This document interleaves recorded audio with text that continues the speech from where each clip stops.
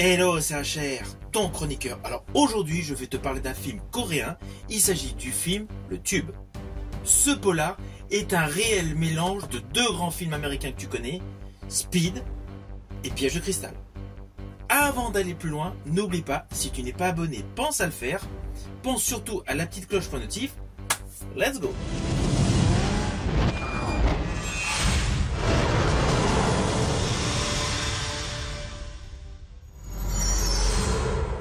Alors ce film, comme je te l'ai précisé, c'est un réel mélange entre Piège de cristal et Speed. C'est un film réellement dans la même lignée. Ce film est haletant du début jusqu'à la fin. Les scènes d'action sont conséquentes, et malgré tout, il y a quand même de beaux moments d'émotion. Et surtout, les deux personnages principaux de ce film, enfin non, je devrais dire les trois personnages principaux de ce film, ont été extrêmement bien travaillés. Mais avant cela, je tiens à te préciser le pitch de base. Alors le point de départ de ce film est le suivant. À la suite d'une mission qui a mal tourné, un policier, Do-jun, a eu sa fiancée qui est décédée.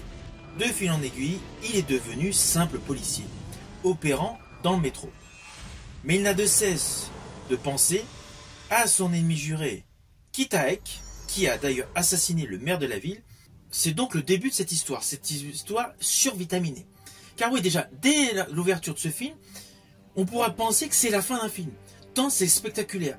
Nous sommes dans un aéroport, et là c'est impressionnant, il y a fusillade, explosion, voilà. Cela s'enchaîne à une vitesse impressionnante. On est vraiment dans un style de réalisation qui fait penser à la filmographie de John Woo. De fil en aiguille, l'histoire donc progresse très rapidement. Ce fameux terroriste prend en otage donc le métro. Alors oui, tout de suite on peut avoir à l'esprit les pirates du métro, voilà, ou le remake avec Denzel Washington et Travolta. Mais le film est beaucoup plus nerveux, beaucoup plus impulsif, beaucoup plus survitaminé. Et postulat qui est similaire donc à Speed, c'est qu'il n'y a aucun moyen d'arrêter ce métro qui est doté d'une bombe. Vous comprenez le pourquoi on est nombreux à le comparer au film Speed. Alors ce film est véritablement une pépite. Les personnages sont extrêmement attachants, et c'est ça justement ce qui confère au film une plus-value. Car nous avons donc d'un côté donc le flic désabusé, le flic meurtri, qui veut à tout prix assouvir sa vengeance. Je rajouterais qu'il a un petit côté où il est un peu perdu. Face à lui, le chef des méchants est hyper stylé, il a beau costume, il est élégant. Alors lui, il semble totalement s'être échappé du film Volte-Face de John Woo. Tant il a l'élégance, mais il a un côté donc survitaminé quand il combat. Et en troisième protagoniste important qui évolue donc entre ce flic et ce méchant, nous avons donc une pickpocket. Une pickpocket qui est gorgée de nostalgie. Ce qui fait un réel contraste entre les deux autres protagonistes. Ainsi, ce film est totalement porté par ce trio d'acteurs. Nous avons donc le flic perdu, le méchant stylé et la jeune fille nostalgique. Ces trois personnages permettent pleinement de s'immerger dans cette histoire. Car ces trois personnages ont une réelle vie. Le flic, on a le cursus de sa vie.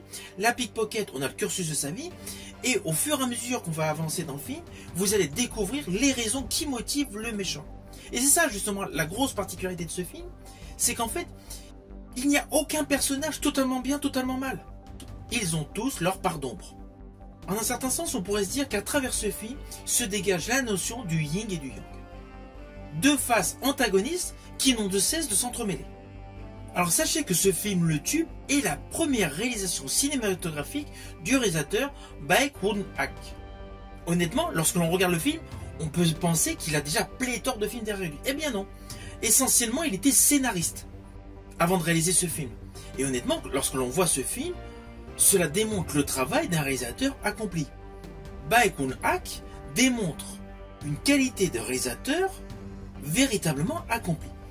Alors, pour la petite histoire, sachez que Baek Woon-hak, lorsqu'il était adolescent, adorait aller au cinéma. Et en fait, à son époque, c'était mal vu.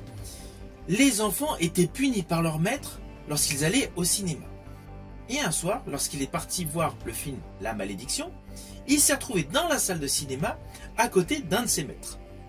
Bon, celui-ci n'a pas été méchant avec lui, et contrairement à ce qu'on aurait pu imaginer à l'époque, cela n'a pas stoppé le goût pour le cinéma de Baek Woon-hak.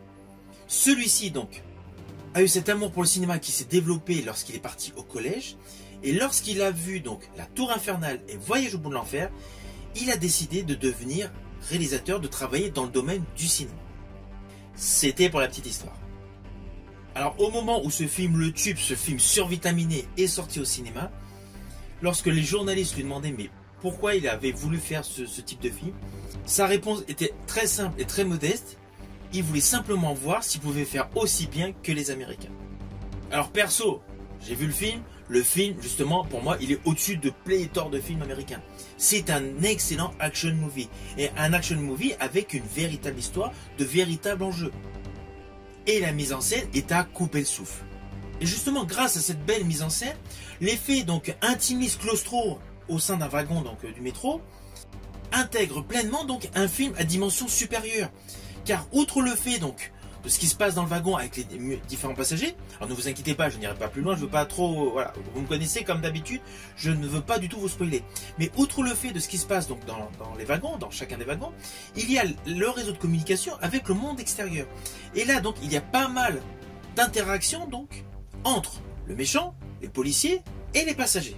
Car oui, il ne faut pas oublier, dès le début du film, on le sait, le flic donc qui est un petit peu perdu n'est pas le flic adoré de la police en général.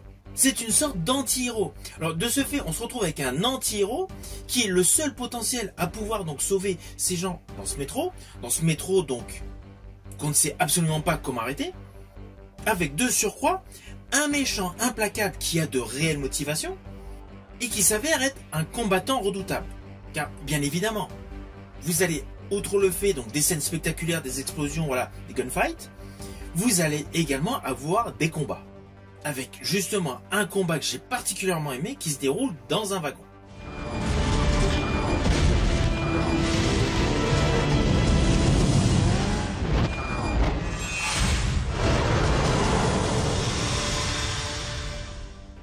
Alors bien évidemment, c'est un film que je t'invite à découvrir. C'est un film que tu peux voir actuellement par le biais de plateformes de streaming.